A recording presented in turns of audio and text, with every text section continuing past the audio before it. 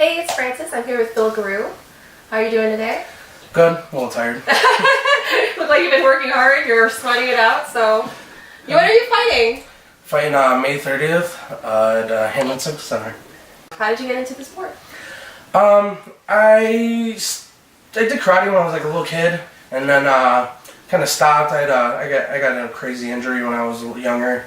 Then I just started to get back into sports, play baseball, play football, and then I boxed my first year in college. Oh, nice. And then I stopped doing everything and got like unhealthy and just picked up unhealthy habits. I started like smoking and there was a time where I was just like walking upstairs and I was like I was breathing real heavy and I knew I had to stop. And one of my buddies actually, I had him on Facebook and since he was training, I was like, at the time I was just going to a gym, like just a regular gym, and I'd be there for half an hour thinking lifting weights and doing a 5-minute bike ride as a workout, and started training MMA, and it was a whole different ball game, and I just kind of did it for work. I didn't think it was going to go anywhere, and then all of a sudden I fell in love with it. I got obsessed with it, and I started getting better and better and better to the point where I started helping other people. I started to help training other people.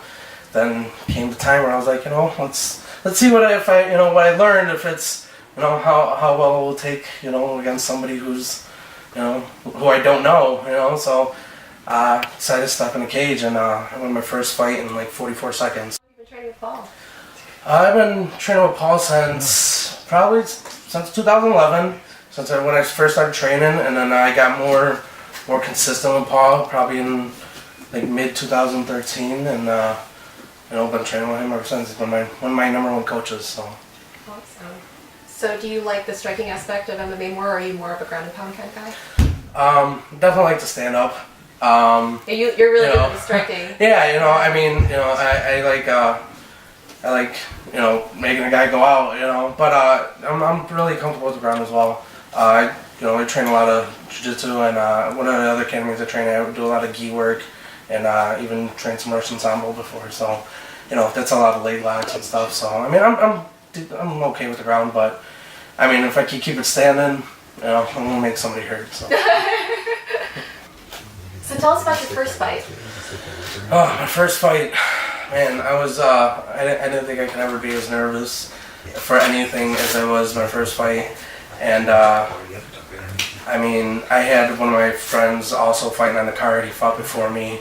So not only was I thinking about that, I'm thinking about my opponent, and leading up to the fight, I don't know what's more hard, the training camp or the mental aspect of it, because you're thinking, am I training hard enough? What's my opponent training for? And what if I get hurt? What if I get paralyzed? I'm never able to walk. And what if I lose and I have it in front of my friends and family?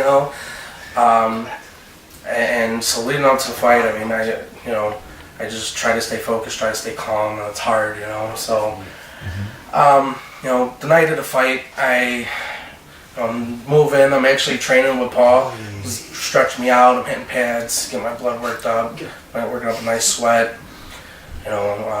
start walking out to cage, everybody's screaming, and I'm just like, I don't hear anything, like I feel like I go deaf. And my heart's pumping, I'm scared, and I get in a cage, and I can't hear anything but my coaches. I feel like I don't see anything else but inside the cage. They announce my opponent walks out. For some reason, he looks like so much bigger than what he was in the room before, and it looks like I'm like, oh my God, he's gonna hit me and I'm gonna die. I don't know. I just all of a sudden, he's like a machine. Yeah. And I'm just like, what am I gonna do? And then, the bell rings, and I'm just like, he puts up his hand to raise. I'm like, I don't even want to do this. So, bam, I back away real quick, and I'm like, okay, what's gonna happen? Should I make the first move? So he starts coming after me, and we clinch. He puts me up against the cage, and I'm just like, oh my God, he's gonna take me down. He's gonna pound me out. I don't know what I'm gonna do. I get off the cage, I get underhooks on him, throw an uppercut to make his head go.